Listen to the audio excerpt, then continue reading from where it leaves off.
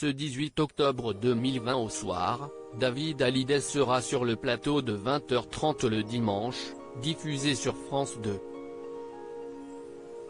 L'occasion de revenir sur sa vie privée, qu'il ne dévoile pas facilement. Le chanteur de 54 ans a beau être le fils aîné de Johnny Hallyday, il ne reste pas moins une personnalité publique très discrète. Mis à part le fait qu'il a épousé Estelle Lefébure en 1989 et qu'ils ont eu ensemble 2 filles prénommées Emma et Ilona, on ne sait que très peu de choses de l'artiste. Côté cœur, le demi-frère de Laura Smith a retrouvé l'amour auprès d'Alexandra Pastor après son divorce. Cette dernière est styliste de profession et elle est la fille de l'homme d'affaires Michel Pastor.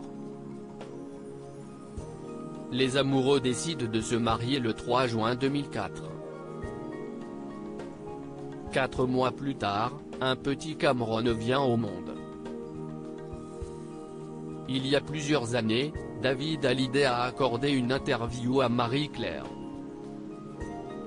Une fois n'est pas coutume, le musicien a évoqué son histoire d'amour et a révélé comment il a fait la connaissance de sa deuxième épouse.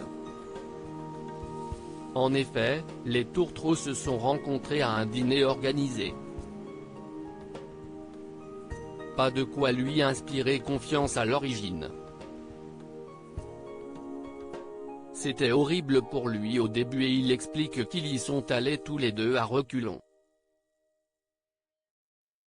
Elle a pensé, oh là là, quelqu'un du showbiz.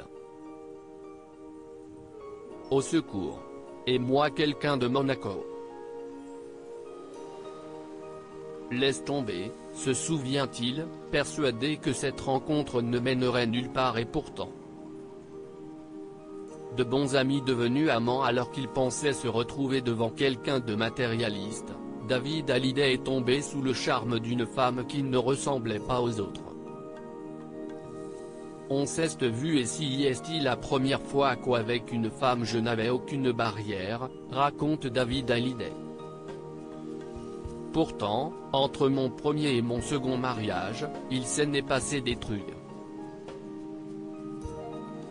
On s'est raconté n'importe quoi, on s'est marré. Si est devenue une copine. Sur le long terme, je me suis dit, elle est super cool, cette fille, elle ne me juge pas, ne juge personne, sait rire d'elle-même. Mais j'ai longtemps lutté en pensant, je ne peux pas, si est une copine et puis finalement, le meilleur copain et la meilleure copine se sont mis ensemble, poursuit-il tendrement.